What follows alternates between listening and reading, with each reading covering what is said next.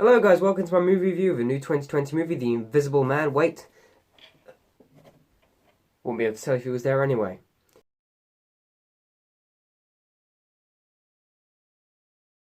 The Invisible Man is a new 2020 movie directed by the same person who made Upgrade that released in 2018, and I really liked that film. It was a lot more tense than I was expecting it to be, and him coming into the horror genre was really exciting because Upgrade did have a lot of horror elements in it, and I was really excited to see what he could do with this story, which isn't an original story, but it's an amazing concept, and it's really great to explore, and I couldn't wait to see what he could do with The Invisible Man.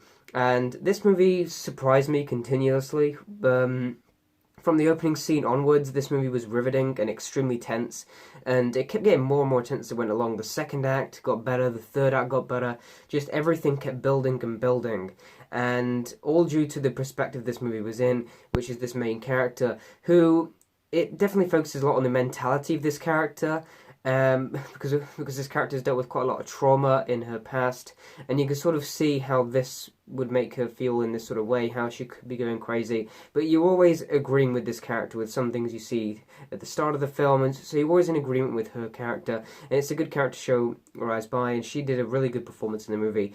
But let's talk about the Invisible Man himself. Of course, this was a very intriguing storyline, but this movie takes a more sci-fi approach to it. I was expecting this movie to be a bit more supernatural, but it wasn't. It was a full, like, sci-fi thriller, and that was completely different to me, and I really did like it, that style that they went for. And this movie is able to be extremely tense in nearly every single moment, because because pretty much every moment in this movie, you're like, is he there or is he not there? This is going to give this movie quite a lot of really good rewatch value, because maybe not on rewatches, it might not be as suspenseful as the first viewing, but you still can watch it and notice other things that you maybe didn't notice before, and be like, oh, he could have been there at that moment. And there are a lot of moments that were quite scary and frightening without there being anything on screen. I bet it was really easy for the filmmakers to create suspense, because they could have just done like a shot of a random chair or just an empty shot of nothing in a room.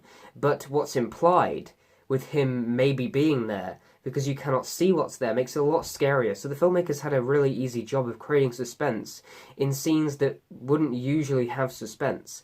And that was really well done. And maybe the scenes where you think she's finally got a break from it, or finally he's not there, are then subverted, and there's quite a lot of really good twists throughout the film as well, which I didn't expect. But the third act really got quite action heavy, and it was really great and really nail biting. And I just love this story. I love seeing it, and this concept, in my opinion, lived up to its potential of what it could have been. I thought this was a really great, solid horror film. Some issues I do have with it. Yes, it has some horror film cliches. There's some moments where, like, okay, I can see where that's going. Okay, don't go up there, you stupid idiot. You know, it has some of those cliches in there from horror films that you would expect them to have. And look, the main Invisible Man character, this is only a small issue because I don't really know how they would have fixed it, but we don't really learn that much about the Invisible Man himself. Of course, we don't see him. I would have liked to have learned a bit more about him, not seen more of him, because that would have ruined the illusion of him being the Invisible Man. But I would have liked to just have known a little more about his motivation, why he's doing what he's doing, real reasoning for this, maybe have a bit more conflict between him and the main character. But it really wanted to focus on the mentality of this character, and I thought that was really intriguing. I was expecting it to be more of like a one location sort of horror film, but it wasn't. It does move around in different places, and him maybe being there made it a lot more tense throughout the film, and how no one believes her, and how there could be, it's these cliches that are there, but they're used to benefit the story rather than just being like, oh, I've seen this before. It's used to be there as a familiar structure, but used in a new way with this concept.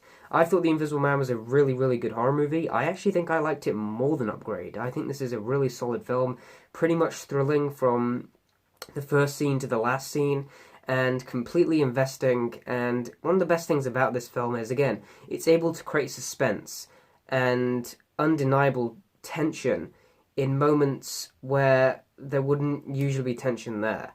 And it's really well done. There's a great action scene in the second act in a house that I loved, and there's some really good moments in the third act that were really, really great. And I like the sci-fi approach this movie took.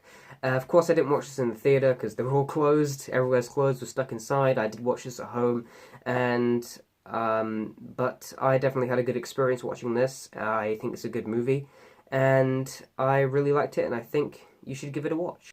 And I'm going to give The Invisible Man an A-. I'm also going to give this movie around a 9 out of 10. I really, really did like this film. Comment down below your opinions on it. Make sure you check out my letterbox down below. It shows you what I've been watching and reviews for all those movies. And of course, thanks for watching, and goodbye.